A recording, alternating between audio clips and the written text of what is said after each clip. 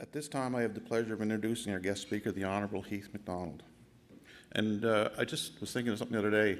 I've been involved with agriculture for over 40 years. And in the last number of years, I don't know about New Brunswick and Nova Scotia, but we now have three federal ministers of agriculture from this province. I think that speaks highly of how our province rates with the rest of Canada. The Honourable Heath MacDonald was elected as Member of Parliament for Maltec in September 2021. He has served as a member of the Standing Committee on Finance, the Standing Committee on Agriculture and Agri-Food, and the Standing Committee on Public Safety and National Security. Following his re-election in April 2025, he was named to Cabinet as Minister of Agriculture and Agri-Food in May 2025. Prior to serving at the federal level, Minister MacDonald was first elected to the Legislative Assembly of Prince Edward Island in May 2015, representing District 16, Cornwall Meadowbank. During his time in provincial politics, he served as Minister of Tourism and Economic Development and later as Minister of Finance. Minister MacDonald resigned as a member of the Legislative Assembly in 2021 to enter federal politics. Minister MacDonald has over 20 years of experience in the private sector with a focus on the tourism industry and was the president and co-founder of an IT company. He has been an active volunteer for many years with ties to numerous sports and community organizations and has earned recognition for his efforts to improve accessibility for people with disabilities. Born and raised in Cornwall, Prince Edward Island, Minister MacDonald still resides there with his wife. They have 2 adult children and are very proud of their 2 granddaughters. Thank you, Minister MacDonald, for being able to join us today.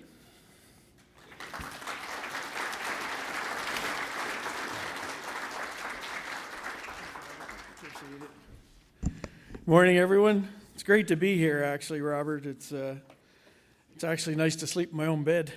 So it's been a busy past few months, getting to know the industries and sectors across the country and to some extent around the world. So it's been a challenge, but I also see it as an opportunity for us. And the world is a changing place, as we've just seen in the last few days. And it will have an effect, without a doubt. I was on the plane yesterday coming back, and I was looking up what transpired during the Gulf War and trying to relate it to the price of fuel, price of groceries, our input costs, and so on and so forth. So it's something we need to pay attention to. Thank you, Robert, obviously, the Atlantic Grains Council's PEI Soil Crop Improvement Association, and of course PEI Department of Agriculture. You had a great lineup of speakers, and I was saying to my staff I wouldn't mind hearing some of those speakers except Wayne Easter. I don't know if he's here or not, but I was wondering, someone said we had a lot of great lineup of speakers. I said except for one, but he's not here, but you can tell him I said that. It's competitive. The world is a competitive place right now. Agriculture and agri-food, I see it as an opportunity for us to achieve even more. One of our biggest challenges, obviously, is the geopolitical situation we find ourselves in. It's something that challenges us every day. In fact, it challenges us so much on the trade front that you almost feel like you're neglecting some of your other duties, your more local duties, in far as within our own country. But it's something that we have to do and we have to continue to do. Wasn't a couple of weeks ago, I was in Mexico with Dominic LeBlanc, and we went there specifically to talk trade, mostly in agriculture and agri-food. We met with the President Sheinbaum to reinforce our position alongside Mexico, which is a great trading partner for us and more opportunities on the horizon with a middle class that continues to grow. From Mexico City, for example, 25 million people, half the population of Canada. So value add in what you're growing is extremely important and going to play a significant part in some of those opportunities. And then I moved on to Washington to meet with our new ambassador. And I also met with some stakeholders there in relation to you, national corn growers, national wheat growers, American soybean growers, and seed trade. And the reason we wanted to be specific is to reassure them, to build that relationship so that we can pick the phone up and call them when we get into the review of CUSMA. And I can tell you, they're all supportive of CUSMA the way it is. You may not see it or hear it in the media from them as much, although we are seeing some pushback now from agricultural stakeholders across the U.S. But it certainly is something that I can tell you from behind closed doors, they are in support of CUSMA. I also met with Secretary Brooke Rollins. Many of you may know her. She's a great supporter of Trump. But we reinforced the position of Canada. And during their conversation, it became a little bit personable. It was a good conversation, very professional, but it did become personal. She has 4 children. And I congratulated her daughter, Annie, on the most recent award in 4-H. She had a first place in a Hereford show. And she kind of looked at me and paused. She said, "You really done your homework." I said, "I don't have to do my homework. We're integrated. We're integrated as 2 countries. Our trade is integrated. Our farmers are integrated. Our food security is integrated. So we need to have these relationships." And I think we caught her off a little off guard in that regard. So we've been texting back and forth. The same thing in Mexico with Bartigay, Secretary Bartigay. A really good individual. He was schooled in the U.S. He has a PhD. His English is perfect. The relationships are so important, especially at this time. What we see and hear in the media is not necessarily what's happening behind closed doors. I want to make sure that you're well aware of that. Agriculture and agri-food are in a very good position. They keep bringing up dairy. They don't understand our TRQ program, but they keep bringing it up because their leader brings it up. So I just wanted to make sure that you're aware of what we're trying to do is to build those relationships. It's people to people, and it's certainly important for us. So I think as these stakeholders in this room continue to grow, and I know you're up over close to 100 million last year, I think it's important that I take the white elephant on, and that's science.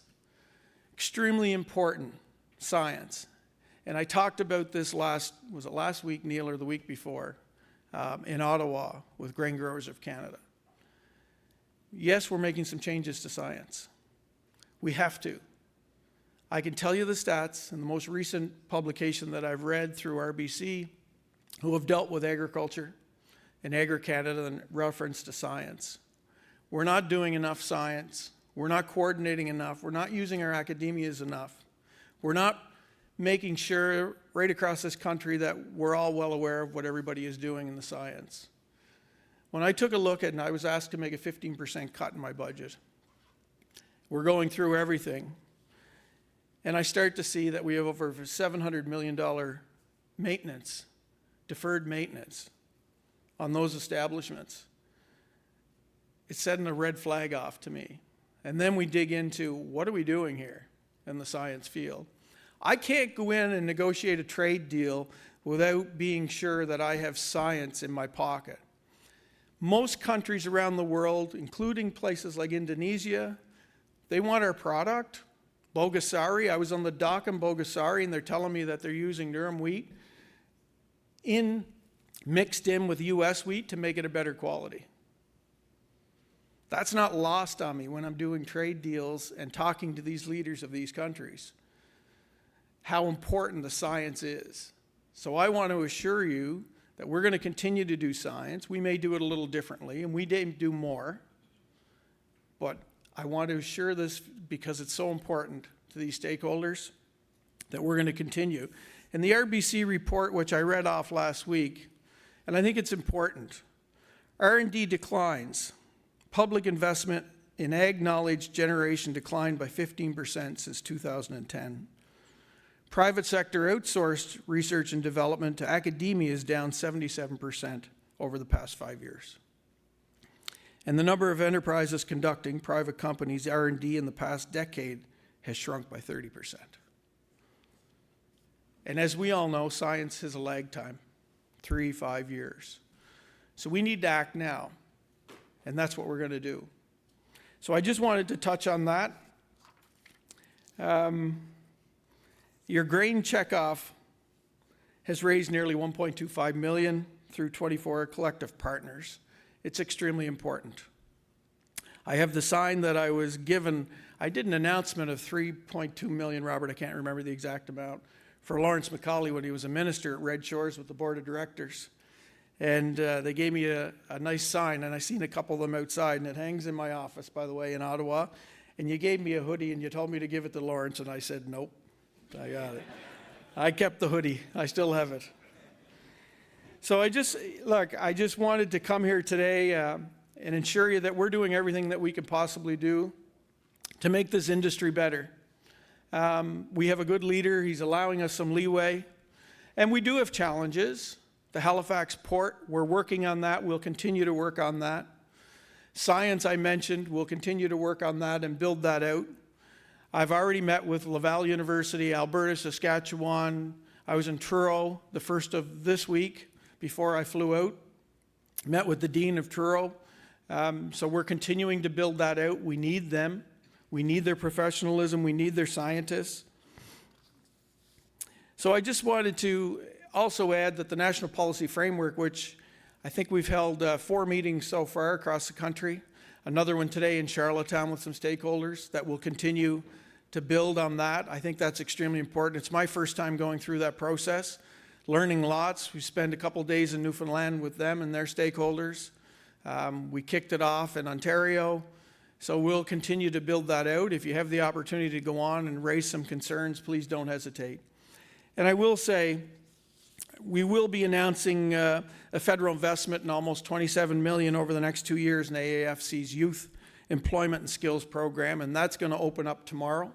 I know labor is certainly a concern in agriculture and agri-food, so I think that's important just to mention that. So if you're interested in that, I would suggest you get in early.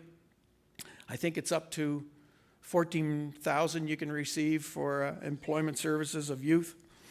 So I want to say that, honestly, when I travel around the world, the value add in the commodities that you're growing, when I talk to places like Grupo Vida in Mexico, Grupo Bimbo, the largest bakery in the world, and hear that they're buying products from Canada, products that you grow, and the opportunity to expand some of those markets is extremely important.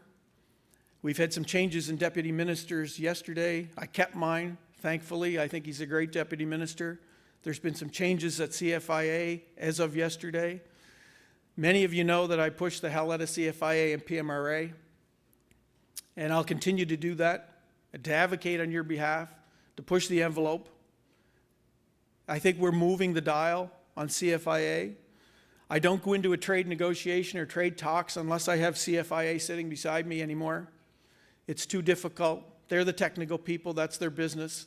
I need to be able to leverage that conversation at the table, not a week later, not 2 weeks later. It has to be in the moment. That's what we did in China, and that's what we'll continue to do.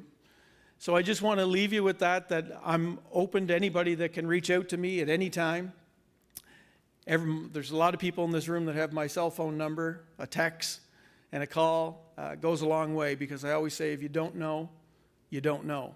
So I appreciate your time this morning. I hope you enjoy the rest of your day here today. Is the end today? Over today.